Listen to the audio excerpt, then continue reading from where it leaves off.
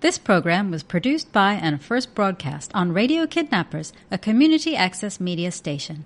Thanks to New Zealand On Air for making this type of programming possible.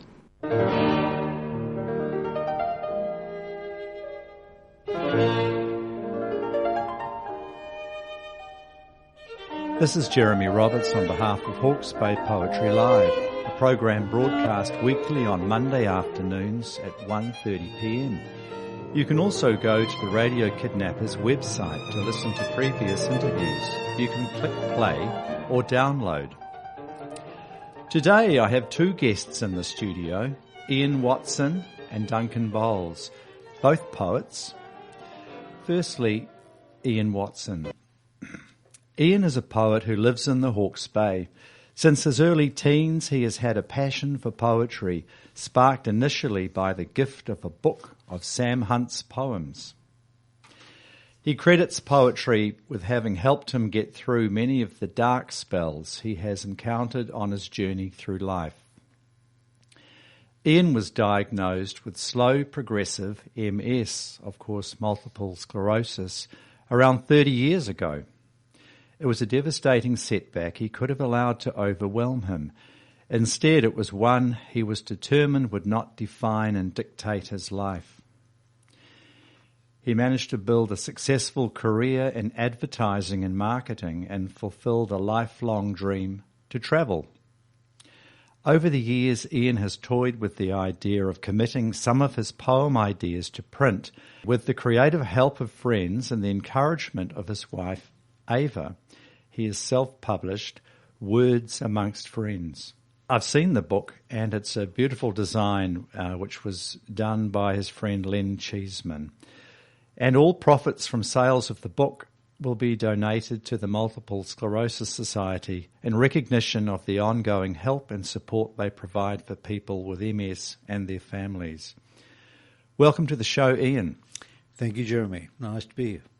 Great. Ian, I'm really looking forward to hearing you read some of your work. I just wondered, before you do that, could you tell us a little bit about writing, your own process, how you go about it, etc.?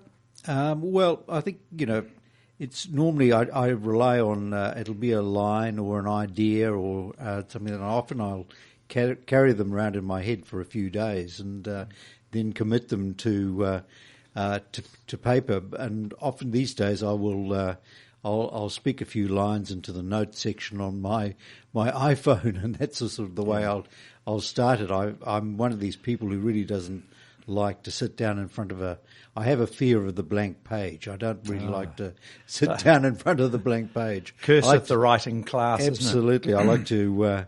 I like to get there with something in my mind. Yeah. Okay. Yeah. The new technology is very, very handy.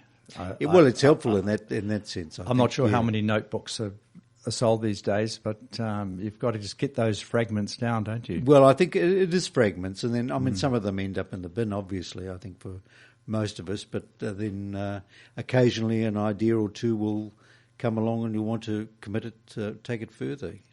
Yeah. Sure.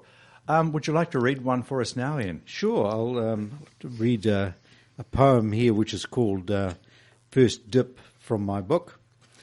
It reads, Pampered pasty souls on rocky shore, hesitant tiptoe, first summer dip, surf's glacial touch, a yelping jolt, goosebump shudder, then I'm under, up for air, in the clear, alive, fresh, free. Oh, that's a nice piece. That's very relevant. We're just about in that zone now, aren't we? Well, you'd hope so, although the wind's pretty cold at the moment. I don't think anybody's thinking about swimming. Yeah. Why don't you carry on, Ian? Read us another piece. Well, I've got another poem here called 33, which I'll read. Temperatures rising on shimmering streets, 33 and climbing, hot as hell. We pant our way to bookstores cluttered cool, to page turns comfort, discovering familiar friends on crowded shelves. We pause, say hello, then it's time to go, to bake till done. That's a real book lover's poem, that one, isn't it? Yeah. Do you read a lot, Ian? I do read quite a bit. I mean, I remember somebody's advice to me when I was early days, really starting to get into writing. The advice was just to read, and to read a lot of different people and a lot of different things. Mm-hmm. And I think it was very good advice. You pick up little bits and pieces from different people. I mean, when I first started writing poetry, I was consuming huge volumes of Keats and Coleridge and all these the old poets, until I discovered Sam Hunt. But they were good. It was good to have that kind of grounding, I found, anyway. Sure. Yeah. What was it about Sam Hunt's work in particular that grabbed you? Well, it was the first poet that I'd read when I was about 15 at the time, who really had a different voice. He had a unique, and he was painting pictures for me which couldn't be anywhere else but New Zealand, as far as I was concerned. Sure. And he was talking to me. I really felt he was talking to me individually. Rather, the poets that I had been reading, the older Keats of those sort of poets, were from somewhere else. They were some lofty entity that I didn't quite understand. Sam Hunt seemed to me like somebody I could sit down and have a conversation with. A Kiwi voice. Yeah. Well, he's got all that imagery, hasn't he? Well, he has. Have you seen him live? I have. I used to go and see him in Auckland in the 80s, and he and Gary McCormick used to run these tours, and you'd see them in these wonderful little places. They called them private bars in those days. Yes. Yeah, and there would be Sam in the smoke-filled room, spouting forth. It was indeed. Wonderful. Yes. Yeah. Yes, no, once you get started, yeah. Yeah. Why don't you give us another one, Ian? Okay. This poem is called For Now.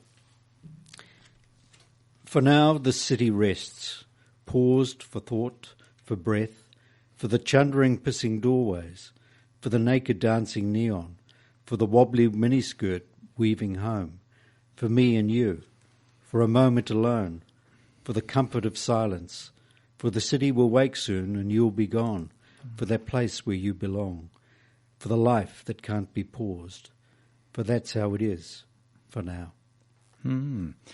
Is a poem like that personal experience, or have you created it just out of what you? Well, I've created it, and it was sort of originally about really, there's a time in the day in any city I've ever been to where it doesn't matter how busy it is, there's just a moment where it pauses. They empty the rubbish, and sort of that. It's an early morning time, and suddenly sort of a calmness and quite a silence, but a calmness, just for a moment, sends on anywhere. And it was about that particular little time. Yeah. Okay. Yeah. That was the feeling I wanted to get through. So what sort of feedback have you been getting? When was the book published? It's a few months ago, is it? Fairly? It'd be a couple of months ago now. Right. Yeah. I mean, people aren't out there clamouring to get poetry books, are they? But I've had good feedback from the book itself. People seem to like it, so and the poem, so it's been good. And they can buy it, I believe, it's available at Wardini's. Yes. In both shops, the one in Napier and the one in Havelock North. So, okay. Well, that's easy for listeners. Yeah. Can you give us maybe pick one or two more out, Ian? Sure. This poem is really, I wrote after that terrible event in Christchurch that I think, okay, that affected us all. Yep. And I called it All Black. Mean, dark cloud, all black, heavy, deadly rain, spitting hate, came down hard on us. Murderous thunderclap, lightning quick. Couldn't cry, couldn't breathe, couldn't even twitch. This shit does not happen here. I must be somewhere else. It's a powerful piece. I like the brevity of it, actually. I think there's a lot of people still out there now creating, writers, painters still. I mean, it was. It really was something that it was like a punch. It was.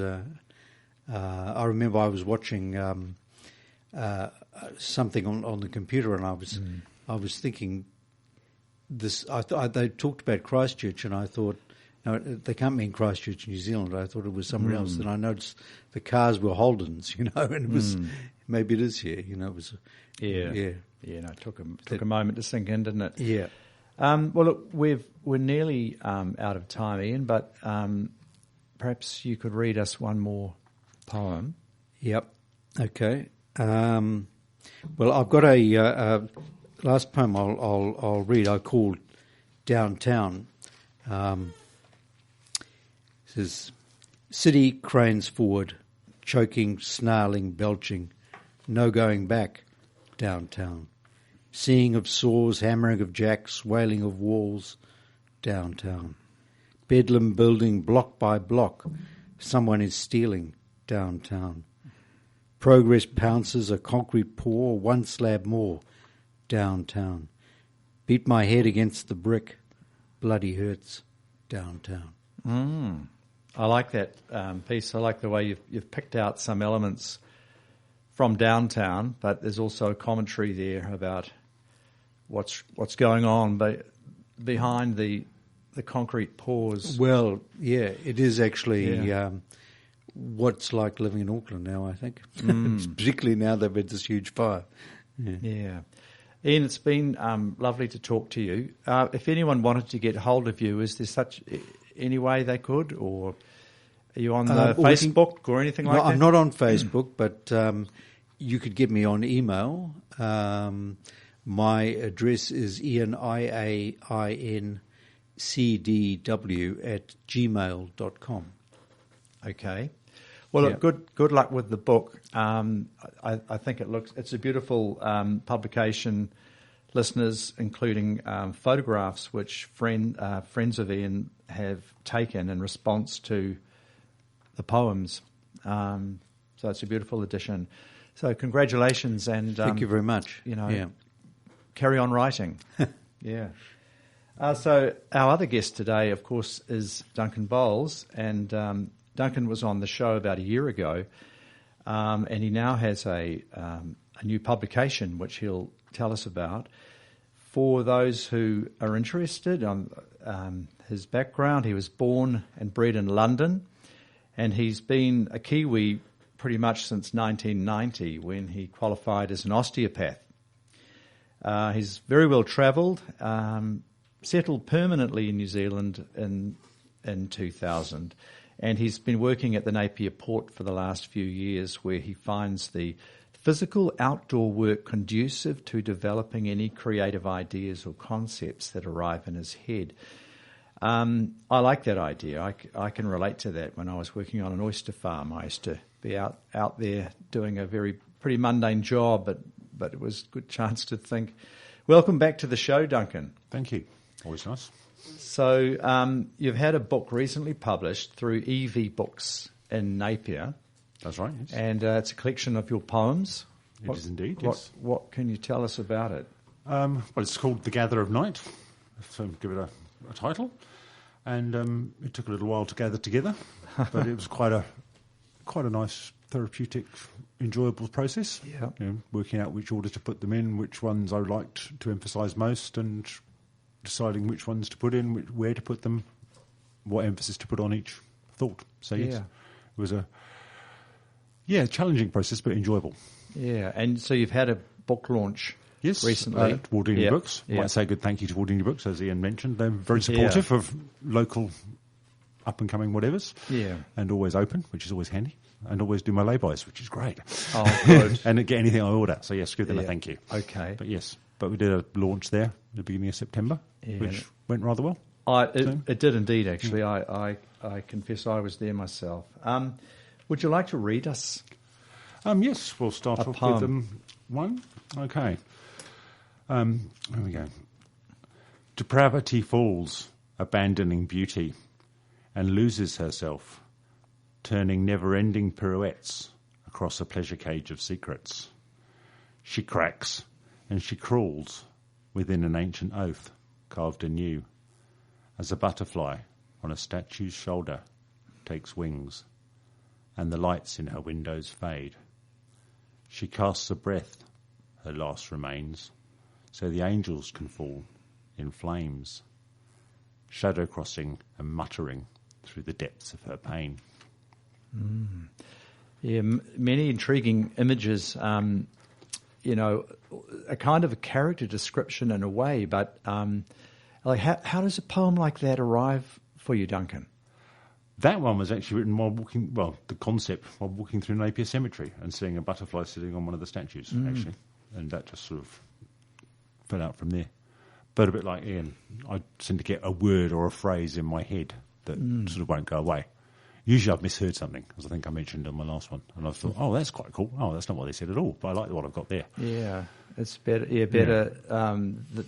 If you mistakenly hear something, and it sounds better than the sounds better than the bland, ordinary use of yeah. language. So you're drawing on your life experience, and like what inspirations do you have? Are there any writers that have? I think you mentioned Patti Smith previously in the previous interview. I did indeed. Yes, she's coming in April, by the way. Is she? I've got 2 tickets, so I'm going. Yes. But yes. I tend to listen to a lot of lyrical work. Again, a lot of Nick Cave, a lot of Patti Smith, artists with quite a strong lyrical format that I actually tend to write listening to them. And I know that I'm getting into my creative space when I'm not listening to them. I start off listening to them and then I end up, it's like more of a background thing. I've sort of gone somewhere else in my head and then I know that I'm getting somewhere close to what I'm trying to say. But talking about the blank page that Ian was talking about, all my notebooks, actually right at the beginning, I write a phrase that I read somewhere years ago, which says, the place where all poems begin is an empty space. So the empty space is quite useful, I find. Yeah, got to fill it up. Got to start somewhere. Yeah. And Alan Bennett once said there's no such thing as writer's block. You just look out the window longer. Well, let's have another one, Duncan. Okay, this is a slightly longer one because most of mine tend to be short, but I seem to have a few long ones here. Out of the deeps, burdened with crosses and bad-tempered kisses, carrying her dolls with their never-ending wishes, in her mismatched robes of discarded psalms, she forsakes her brokering for the pity before arms. In the accidental light, she unleashes the transparent smile, casts off the cloak, her feminine beguile, beggaring her belief, all of the while seeking her innermost peace. May she soon realise she's on their list, the deadliest. They see her pallor, her off-white colour, and rise with their senses, storm her barricades, her fragile fences, then piece by bleeding piece, disappear her defences. Do you write about women, or do you have women as central figures in your poetry quite often, or is it just that you've read 2 in a row? Is it just coincidence, or? People keep asking me this, and I'm still working out why that seems to be the case. But rhythmically, I find it's easier to bounce off an R than it is off an M. Like her ends with an R. It's a harder sound. It's easier to jump off to the next thing as opposed to the M. Yes, there may be much deeper psychological reasons why I use female, but I don't know. No, that's very interesting. Sound is very important in writing poetry, and Sam Hunt would be the first to say that. Yes. If it doesn't sound right. But I'm a firm believer that poems are really meant to be heard aloud rather than read, and obviously the better they are on the ear, the more they're going to resonate. I mean, it was an oral form originally anyway. You go back to the Druids and that sort of stuff. They were charged with remembering all the stuff in a poetic form. So I think it needs to sound accessible. Sure, yeah. So, If you can take it in easily in sort of auditory terms, then you can process the words. Yeah, and it's easier to remember it. I mean, Okay. as Ian was saying about Keats and stuff like that, they're sort of quite elevated in their approach to things. But I think poetry should be something that everybody should have access to. It's a people medium, really. I think. Indeed, it shouldn't be sort of elevated to a level where some people don't feel they're allowed to access it. Yeah. What sort of feedback do you get? Like, can you tell us any? Well, I tend to give copies of my books to people that I know who like me, so they tend to be quite positive. But generally, people seem to think they're very good. So people do come back to you because that's that in itself. I find if someone makes the effort to communicate, an experience of reading, that's fantastic, isn't it? It's about the best you can hope for. The feedback I had recently from a friend of mine who hasn't really had much to do with my poetry and stuff, gave him a copy, and his words were arresting. And I thought that was quite... That's one word, actually. Yeah. But he thought that was... And I thought that was quite a succinct description. So, I quite like that one. And are you distributing it among the guys down on the port? I've actually sold a couple to one of the guys there who's been quite very supportive, and another guy as well. So yes, but a lot of them aren't that interested in what I write, but the fact that I have published something, they're quite interested in that, but not as interested in the content as the actual action of doing so. Yeah, I can imagine with your work, returning to your poems over several years and sort of perhaps getting new insights, over time, really, as you revisit them.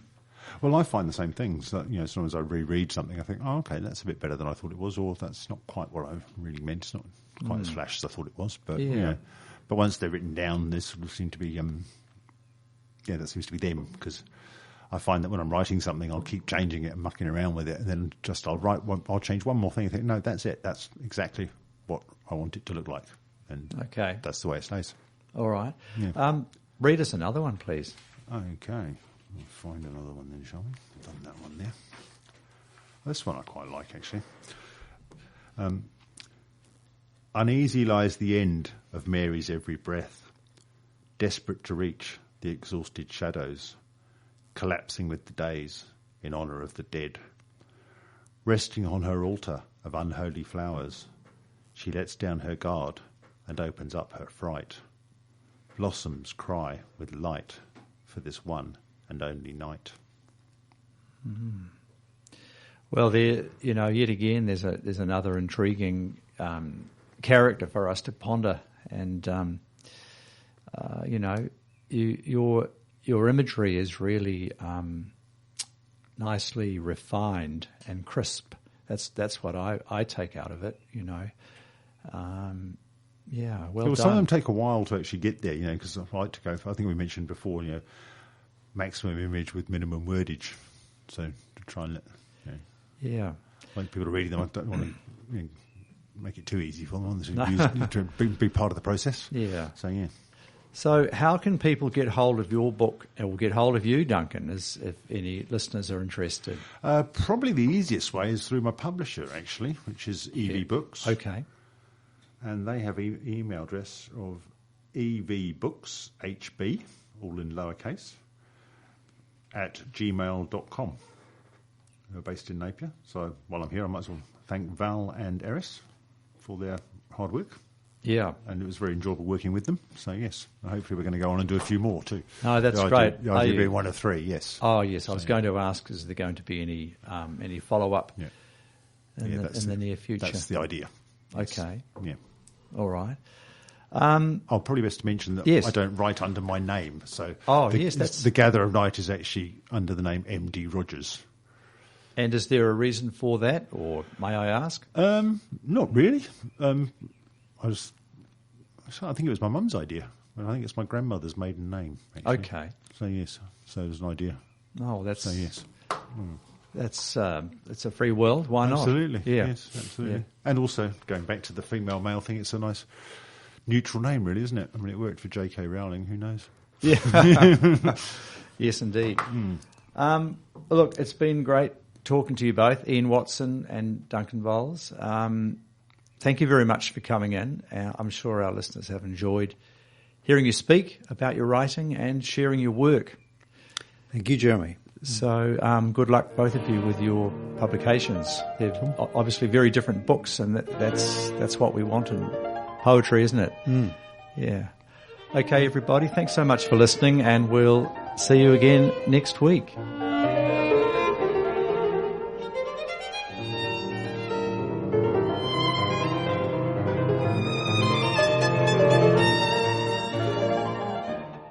This program was produced by and first broadcast on Radio Kidnappers, a community access media station.